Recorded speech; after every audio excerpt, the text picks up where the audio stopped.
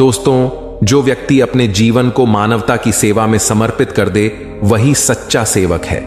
आज ज्यादातर लोग भौतिक वस्तुओं को पाने के लिए अपना पूरा जीवन व्यतीत कर देते हैं, लेकिन जब वे इस दुनिया से विदा होते हैं तो वे अपने साथ कुछ भी नहीं ले जा पाते।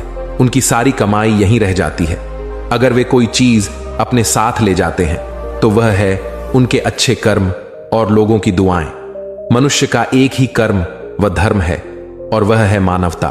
हम इस दुनिया में इंसान बनकर आए हैं तो सिर्फ इसलिए कि हम मानव सेवा कर सकें। पूरे विश्व में ईश्वर ने हम सभी को एक सा बनाया है।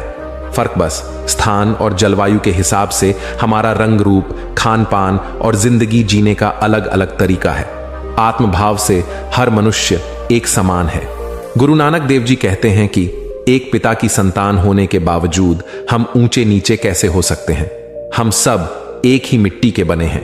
एक जैसे ही तत्व सबके भीतर हैं। जिस दिन यह सच्ची बात हमारे मन में स्थापित हो जाएगी तो फिर सभी भेद मिट जाएंगे और तब हम इंसानियत की राह पर अग्रसर होकर भाईचारा स्थापित करने लगेंगे। कोई धर्मशास्त्र आपस में वैर रखना नहीं सिखाता। सभी एक ही संदेश देते हैं कि मानवता की सेवा ही सच्चे अर्थों में ईश्वर की सेवा है। एक बार स्वामी विवेकानंद जी अमेरिका प्रवास पर थे तो किसी ने उनसे कहा कि कृपया आप मुझे अपने हिंदू धर्म में दीक्षित करने की कृपा करें। स्वामी जी बोले, महाशय, मैं यहां हिंदू धर्म के प्रचार के लिए आया हूं, न कि धर्म परिवर्तन के लिए। मैं अमेरिकी धर्म प्रचारकों को यह संदेश देने आया हूं कि वे अपने धर्म परिवर्तन के अभियान को सदैव के लिए बंद करके प्रत्येक धर्म के लोगों को बेहतर इंसान बनाने का प्रयास करें। इसी में हर धर्म की सार्थकता है। वर्तमान में हमने मानवता को भुलाकर अपने को जाति धर्म, गरीब अमीर जैसे कई बंधनों में बांध लिया है और उस ईश्वर को अलग अलग बांट दिया है। धर्म एक पवित्र अनुष्ठान है जिससे चेतना का शुद्धिकरण होता है। धर्म मनुष्य में मानवीय गुणों के विचार का स्रोत है, जिसके आचरण से वह अपने जीवन को चरितार्थ कर पाता है। मानवता के लिए ना तो पर्याप्त संसाधनों की आवश्यकता होती है और ना ही भावना की, बल्कि सेवा भाव तो मनुष्य के आचरण में होना चाहिए। जो गुण व भाव मनुष्य के आचरण में ना आए उसका कोई मतलब नहीं रह जाता है। एक बार की बात है, एक गांव में जमींदार और उसके एक मजदूर की एक साथ ही मौत हुई। दोनों यमलोक पहुंचे। धर्मराज ने जमींदार से कहा, आज से तुम मजदूर की सेवा करोगे। मजदूर से कहा, अब तुम कोई काम नहीं करोगे, आराम से यहां रहोगे। जमींदार परेशान हो गया। पृथ्वी पर तो मजदूर जमींदार की सेवा करता था, पर अब उल्टा होने वाला था। जमींदार ने कहा, भगवान, आपने मुझे यह सजा क्यों दी? मैं तो भगवान का परम भक्त हूं। प्रतिदिन मंदिर जाता था, देसी घी से भगवान की आरती करता था और बहुमूल्य चीजें दान करता था। धर्म के अन्य आयोजन भी मैं करता ही रहता था। धर्मराज ने मजदूर से पूछा, तुम क्या करते थे पृथ्वी पर? मजदूर ने कहा, भगवान, मैं गरीब मजदूर था। दिन भर जमींदार के खेत में मेहनत मजदूरी करता था। मजदूरी में उनके यहां से जितना मिलता था उसी में परिवार के साथ गुजारा करता था। मोह माया से दूर जब समय मिलता था तब भगवान को याद कर लेता था। भगवान से कभी कुछ मांगा नहीं। गरीबी के कारण प्रतिदिन मंदिर में आरती तो नहीं कर पाता था, लेकिन जब घर में तेल होता था तब मंदिर में आरती करता था और आरती के बाद दीपक को अंधेरी गली में रख देता था ताकि अंधेरे में आने जाने वाले लोगों को प्रकाश मिले। धर्मराज ने जमींदार से कहा, आपने सुन ली ना मजदूर की बात? भगवान धन दौलत और अहंकार से खुश नहीं होते। भगवान मेहनत और ईमानदारी से कमाने वाले व्यक्ति से प्रसन्न रहते हैं। यह मजदूर तुम्हारे खेतों में काम करके खुश रहता था और सच्चे मन से भगवान की आराधना करता था, जबकि तुम आराधना ज्यादा धन पाने के लिए करते थे। तुम मजदूरों से ज्यादा काम लेकर कम मजदूरी देते थे। तुम्हारे इन्हीं कामों के कारण तुम्हें मजदूर का नौकर बनाया गया है ताकि तुम भी एक नौकर के दुख दर्द को समझ सको। इसलिए कर्म बहुत ध्यान से करना है और हमारे कर्म से किसी को भी दुख ना मिले। कर्म ही धर्म है, एक और कहानी जो आपको जीवन की बहुत बड़ी सीख देगी। इस कहानी में दो पात्र हैं, देव और दनुज। देव के माता पिता शिक्षित थे। देव बचपन से ही बहुत खूबसूरत था, इसलिए माता पिता ने अपने पुत्र का नाम देव रख दिया। दनुज के माता पिता बहुत ही गरीब थे। इनका पुत्र बहुत कुरूप था, इसलिए ये जिस घर में काम करते थे उस घर के मालिक ने इनके पुत्र का नाम दनुज रख दिया, जिसका अर्थ दानव या राक्षस होता है। किंतु इनके माता पिता को इस नाम का अर्थ नहीं पता था। इस कहानी का प्रारंभ एक कार्यालय से होता है और अंत भी उसी कार्यालय में होता है। कार्यालय में देव ऑफिसर का काम करता है और दनुज चपरासी का कार्य करता है। देव चरित्र से अहंकारी है और नास्तिक भी, किंतु अपने मुंह पर मुखौता पहने रहता है। लोगों को दिखाता है कि आस्तिक है और ईश्वर पर बहुत आस्था रखता है। दूसरी तरफ दनुज बहुत ही मेहनती, तर्कशील और शिक्षित है, किंतु परिस्थितियां ऐसी हैं कि उसको चपरासी का कार्य करना पड़ता है। देव दनुज से जलता था क्योंकि वह उतना तर्कशील नहीं है, इसलिए वह दनुज को छोटी सी गलती करने पर भी बहुत डांटता और अन्य कर्मचारियों के सामने बेइज्जत करता रहता था। देव दनुज से अपने घर का कार्य भी करवाता था, किंतु दनुज चुपचाप सब सहता रहता था। दनुज ने उसी कार्यालय में क्लर्क के लिए आवेदन किया हुआ था और परीक्षा के लिए तैयारी भी की हुई थी, इसलिए उसकी मेहनत रंग लाई और वह उसी कार्यालय में क्लर्क बन गया। देव अभी भी दनुज से चपरासी की तरह व्यवहार करता था और दिन प्रतिदिन उसकी प्रताड़ना बढ़ती गई। क्लर्क बनने के बाद दनुज की शादी हो गई और उसको एक बेटा हुआ। दनुज ने अपने जीवन में बहुत संघर्ष किया और विपरीत परिस्थितियां देखी थीं, इसलिए वह चाहता था कि उसका बेटा यह सब ना देखे। दनुज ने अपने बेटे का दाखिला उसी स्कूल में करवा दिया जिस स्कूल में देव का बेटा पढ़ता था।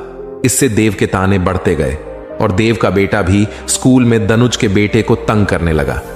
समय बीतता गया, देव कार्यालय से रिटायर हो गया और दनुज उसी कार्यालय में ऑफिसर बन गया। कहते हैं ईश्वर की लाठी जब पड़ती है तो उसकी आवाज नहीं होती। देव के कर्मों का असर उसके बेटे के भविष्य पर पड़ा और वह निकम्मा बन गया। दनुज अपने बेटे के इंजीनियर बनने की खुशी में कार्यालय में मिठाई वितरित करवा रहा था। उसी दिन देव अपने बेटे की चपरासी की चिट्ठी लेकर कार्यालय के जिस ऑफिसर के कमरे में सिफारिश करने के लिए प्रवेश करता है, सामने दनुज को ऑफिसर की कुर्सी पर बैठा पाकर बहुत रोता है। नियति ने तो अपना कार्य उसी दिन से प्रारंभ कर दिया था जिस दिन से देव ने दनुज का अपमान शुरू किया था। केवल उसका परिणाम आज आया था। निष्कर्ष, केवल नाम से देव और दनुज होने से कोई भी देव या दनुज नहीं होता। मनुष्य के कर्म उसको देव या दनुज बनाते हैं। कहानी का पात्र देव नाम होने से भी दनुज बन गया और दनुज अपने कर्मों से देव बन गया। कहानी से दूसरी सीख यह मिलती है कि मनुष्य को अपने कर्मों के अनुसार फल मिलता है। ईश्वर के घर देर है, अंधेर नहीं। संभवतः वर्तमान में फल ना मिले, किंतु भविष्य में फल निश्चित ही मिलता है। यह मीठा या कड़वा हो सकता है। कहानी से तीसरी सीख यह मिलती है कि कर्म का मीठा फल तभी मिलता है जब आपके कर्म सही हों, ना कि ईश्वर की झूठी भक्ति करने से। अच्छे और बुरे कर्म को पहचानना ना तो किसी संत के बस की बात है और ना ही किसी ज्ञानी के बस की बात है। साधारण इंसान तो इसको जानता ही नहीं है। हर संत, महात्मा, ज्ञानी और साधारण मनुष्य अपने निहित स्वार्थ के लिए बुरे कर्म को ही अपनी इच्छा अनुसार अच्छा बना लेता है। जिस प्रकार कर्ण, गुरु द्रोणाचार्य और कृपाचार्य ने अपने बुरे कर्म को और दुर्योधन के नमक के बदले अच्छे कर्म में बदलने की कोशिश की थी। बुरे कर्म वो कर्म होते हैं जिनको करने के बाद भय लगता है और रात को नींद नहीं आती है। उन कर्मों को करने के बाद आपको नकली आनंद की अनुभूति तो अवश्य होती है, लेकिन मन में भय रहता है। अच्छे कर्म वो होते हैं जिनको करने के बाद आपको ना तो भय लगता है और रात को चैन और आनंद की नींद आती है। बुरे और अच्छे कर्मों का फैसला दो प्रकार से होता है। एक तो सरकार और समाज फैसला करता है और दूसरा भगवान फैसला करता है। जो फैसला समाज और सरकार करती है वो तो गलत भी हो सकता है, पर जो फैसला भगवान करता है वो कभी गलत नहीं होता है।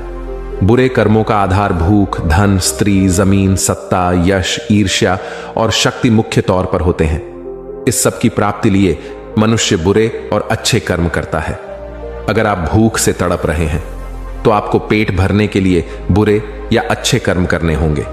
अगर आपने किसी का भोजन छीना और खा लिया तो बुरा कर्म हो जाएगा।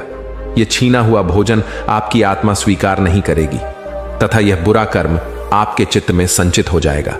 आप बुरे कर्म करके धन कमाते हो, जैसे आपने किसी का अपहरण किया, चोरी की, रिश्वत ली या डकैती डाली। ऐसा धन आपके बुरे कर्मों की श्रेणी में चला जाएगा। ऐसे धन से आपकी आत्मा डर जाएगी और हमेशा डर लगता रहेगा। सबसे ज्यादा बुरे कर्म तो स्त्री को लेकर ही होते हैं, क्योंकि स्त्री की आत्मा का संबंध तो सीधे सीधे आपके कर्म के साथ होता है। इसी प्रकार हम जमीन और जायदाद को लेकर बुरे कर्म करते हैं, दूसरे के मकान पर और जमीन को कब्जा कर लेते हैं। इसके कारण जो आत्मा को बद्दुआ लगती है वो भी बुरे कर्म के खाते में चली जाती है। इसी प्रकार सत्ता प्राप्ति के लिए हम जघन्य बुरे कर्म करते हैं। अपने निहित स्वार्थ के लिए लाखों लोगों की हत्या कर देते हैं या करवा देते हैं। इसी प्रकार हम अपने यश और शक्ति को बढ़ाने के लिए दूसरे लोगों के यश और शक्ति को कुचलते हैं। अपने को हम श्रेष्ठ बताते हैं और दूसरों को नकारा या अज्ञानी बताते हैं। एक दूसरे के ज्ञान पर ईर्ष्या से अंधे होकर कटाक्ष करते हैं। ये सभी घोर और जघन्य बुरे कर्मों की श्रेणी में आते हैं। बुरे और अच्छे कर्म का निर्धारण करने के लिए आप महीने में सिर्फ एक बार ध्यान में, योग में, साधना में मरने की कल्पना करो कि मैं मर रहा हूं। जब आपको लगेगा कि मैं मर रहा हूं और मेरे प्राण निकलने वाले हैं, तो उस समय आपके एक महीने के सभी बुरे कर्म और अच्छे कर्म आपके पास आ जाएंगे और आपकी चारपाई के चारों तरफ घेरा बना लेंगे। आपको चिल्ला चिल्ला कर बताएंगे कि क्या क्या बुरा कर्म किया है आपने इस महीने में, और मौत के वक्त आप बुरी तरह से उन बुरे और जघन्य कर्मों के डर से भयभीत हो जाएंगे। आपको मरने से डर लगेगा। इसी प्रकार आपके सभी अच्छे कर्म भी आपके चारों तरफ खड़े होंगे और बोल रहे होंगे, जाओ खुश होकर मरो, आपने दुनिया के लिए अच्छे कर्म किए हैं, आपको स्वर्ग मिलेगा और चैन से मृत्यु को प्राप्त करोगे। जब भय के कारण मृत्यु होती है तो आत्मा का जाने का रास्ता बुरे मार्ग से होता है, और जब प्रसन्न मुद्रा में मृत्यु होती है तो आत्मा का जाने का रास्ता अच्छे मार्ग से होता है। अपने बुरे और अच्छे कर्मों का विश्लेषण रोजाना सोने से पहले अवश्य करना चाहिए। ऐसा करने से आपके जीवन में आनंद कूट कूट कर भर जाएगा। दोस्तों, आशा है आज की वीडियो से आपको बहुत कुछ सीखने को मिला होगा। इस वीडियो को जरूर शेयर करें और ऐसी ही और प्रेरणादायक कहानियां सुनने के लिए हमारे चैनल को जरूर सब्सक्राइब करें। हमेशा खुश रहिए। धन्यवाद।